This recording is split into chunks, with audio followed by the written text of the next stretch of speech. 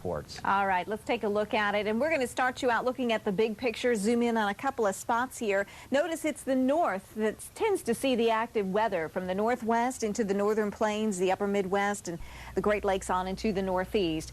And some of these snow amounts are actually going to be fairly light outside of any lake effect that develops as we go through the weekend.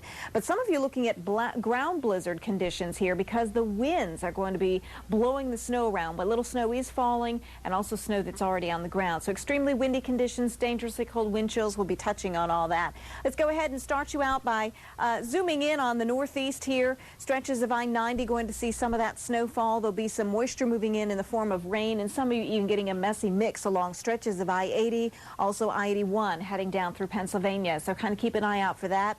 Going into the Midwest, we continue to find along the Ohio Turnpike, the Indiana Toll Road, mainly some rain. Again, there may be a few wet snowflakes mixing on in. You get to around Milwaukee, and again, you're going to look at very windy conditions, falling temperatures for some of you. Some of this cooler air coming at you Saturday night around Chicagoland, but up toward the Twin Cities, those temperatures falling throughout the day. So wherever you're traveling here, please make sure you've got the winter weather preparedness kit in the car. Make sure maybe that you've got some extra blankets in case you suffer a stall, anything like that. But reduced visibilities because of blowing snow, and that's a huge concern here, even all the way up into the upper peninsula of Michigan. Some blizzard watches in effect for you as well. There's a look into the wind chills, and I wanted to show you here. It'll feel like 15 in Chicago, 8 degrees around Minneapolis, 17 below in Fargo, 21 below in Bismarck. This is where the coldest air is. And again, temperatures will continue to fall here, so those wind chills will be coming down throughout the day on Saturday.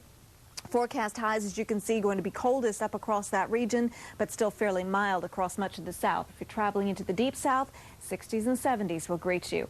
Then we go into the northwest. We're talking about Seattle looking pretty wet down through the Portland area, so the rain coming back at you here in Portland. That stretch of I-5 going to be a rough one. And then working on into the higher elevations here, we're going to find some snow. So snow into the Cascades, avalanche warnings in effect here. So very dangerous situation. Make sure that you stay on those trails that have been groomed and do not go into the back country, because that will be a very dangerous scenario with all of the recent snow. Finally, a quick look at some of the fog out there. Watch it into California. The valley's looking very foggy. Rich?